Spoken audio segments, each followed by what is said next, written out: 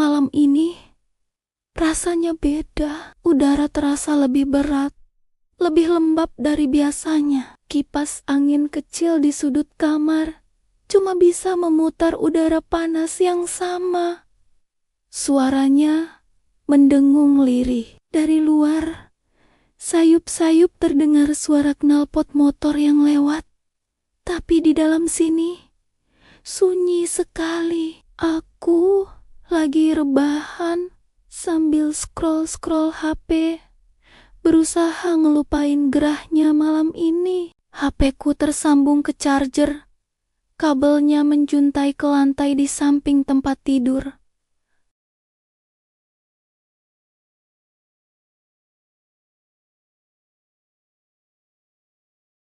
Aku berhenti scroll, menahan napas. Mungkin cuma tikus, tapi suara itu muncul lagi. Seperti kuku yang menggaruk pelan di papan kayu. Aku coba mengabaikannya. Mungkin cuma imajinasi. Aku lanjut nonton video.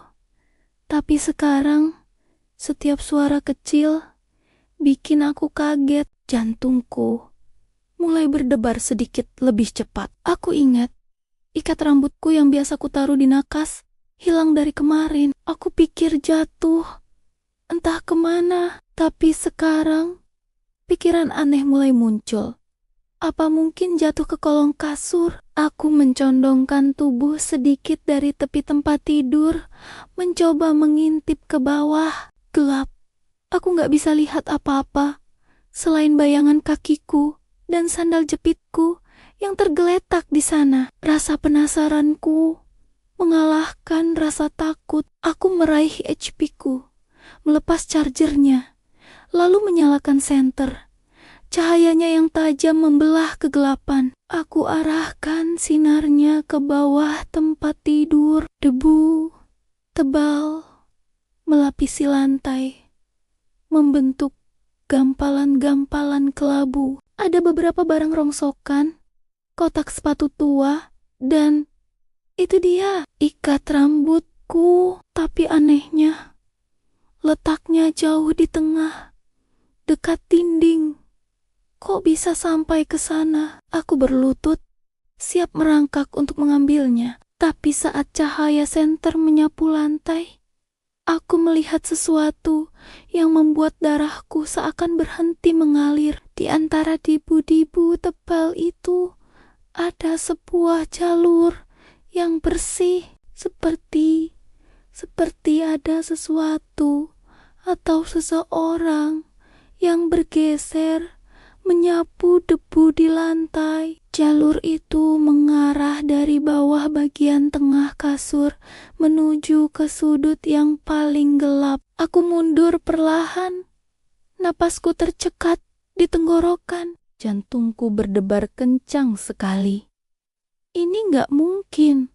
Pasti ada penjelasan logis. Mungkin barang yang kugeser tempo hari. Tapi aku jarang sekali membersihkan atau menggeser barang di bawah sana. Aku duduk di lantai, bersandar ke lemari, menatap kolong tempat tidur. Dari kejauhan, aku butuh bukti kalau aku nggak gila. Aku putuskan untuk merekam. Aku nyalakan mode video di HP-ku. Senter masih menyala.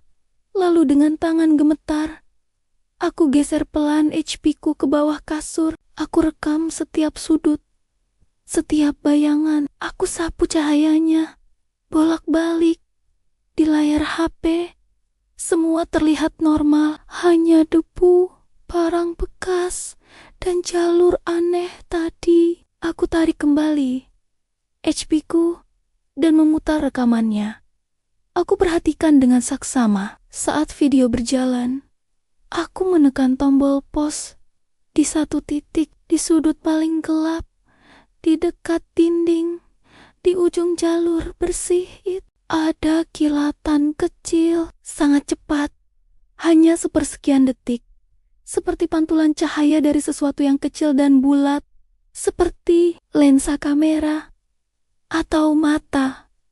Tubuhku langsung dingin. Aku putar ulang bagian itu berkali-kali. Kilatan itu ada di sana, nyata. Tapi saat aku coba melihat lagi langsung dengan senter, tidak ada apa-apa, hanya tumpukan debu.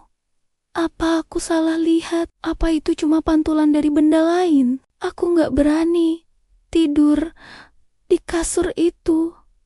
Malam ini aku putuskan untuk menelepon temanku, Rina.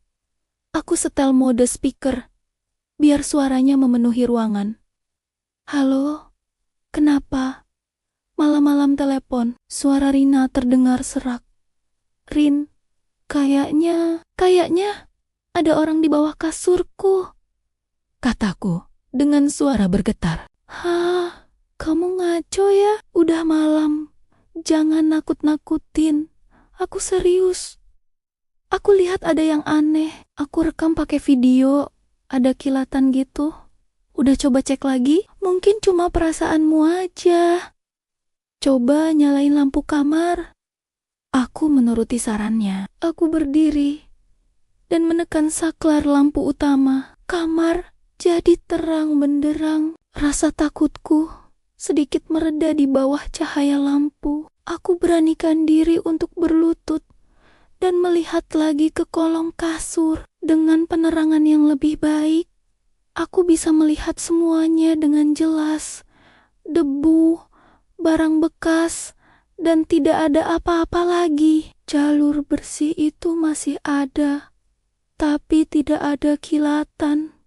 Tidak ada apapun yang mencurigakan. Nggak ada apa-apa, Rin. Kosong, kataku, merasa sedikit bodoh. Tuh kan, apa ku bilang? Kamu kecapean aja kali. Udah, coba tidur. Kalau masih takut, nginap di tempatku aja besok. Kami mengakhiri panggilan. Aku merasa sedikit lebih tenang. Tapi tetap tidak nyaman. Aku putuskan untuk tidur di sofa ruang tengah saja malam ini. Sebelum keluar kamar, mataku tertuju pada sandal jepitku di dekat kasur. Aneh, perasaan tadi aku menaruhnya berjajar rapi. Tapi sekarang, posisi sandal kiriku sedikit bergeser, seolah ada yang tidak sengaja menyenggolnya. Saat bergerak keluar dari kolong, aku menggelengkan kepala, mencoba mengusir pikiran buruk itu. Aku kunci pintu kamarku dari luar dan berbaring di sofa. Aku nggak bisa tidur. Aku terus memikirkan kejadian tadi. Apakah semua itu hanya imajinasiku? Paginya, setelah semalaman tidak bisa tidur nyenyak, aku memberanikan diri masuk ke kamar lagi. Semua tampak normal. Aku memutuskan untuk benar-benar membersihkan kolong kasur untuk memastikan tidak ada apa-apa di sana. Saat aku menarik kasur dan rangkanya menjauh dari dinding, jantungku nyaris copot. Di lantai yang tadinya tertutup oleh bagian kepala tempat tidur, tertempel selembar selotip. Di selotip itu menempel sebuah kartu memori kecil jenis micro SD. Tanganku gemetar saat mengambilnya. Ini pasti berhubungan dengan kilatan yang kulihat semalam. Aku tidak punya card reader, tapi aku bisa memasukkannya ke HP-ku. Dengan napas tertahan, aku memasukkan kartu memori itu. Galeri fotoku langsung memunculkan folder baru. Isinya video. Puluhan video pendek. Semuanya direkam dari sudut pandang yang sangat rendah. Dari kolong tempat tidurku, menyorot ke atas, merekam aku saat tidur, merekam kakiku yang menggantung di sisi tempat tidur, merekam aku yang mondar-mondir di kamar. Video terakhir direkam tadi malam. Aku melihat diriku sendiri di layar, sedang tidur gelisah. Lalu aku melihat sebuah tangan muncul perlahan dari bawah kasur, meraih kabel charger HP-ku yang menjuntai dan menariknya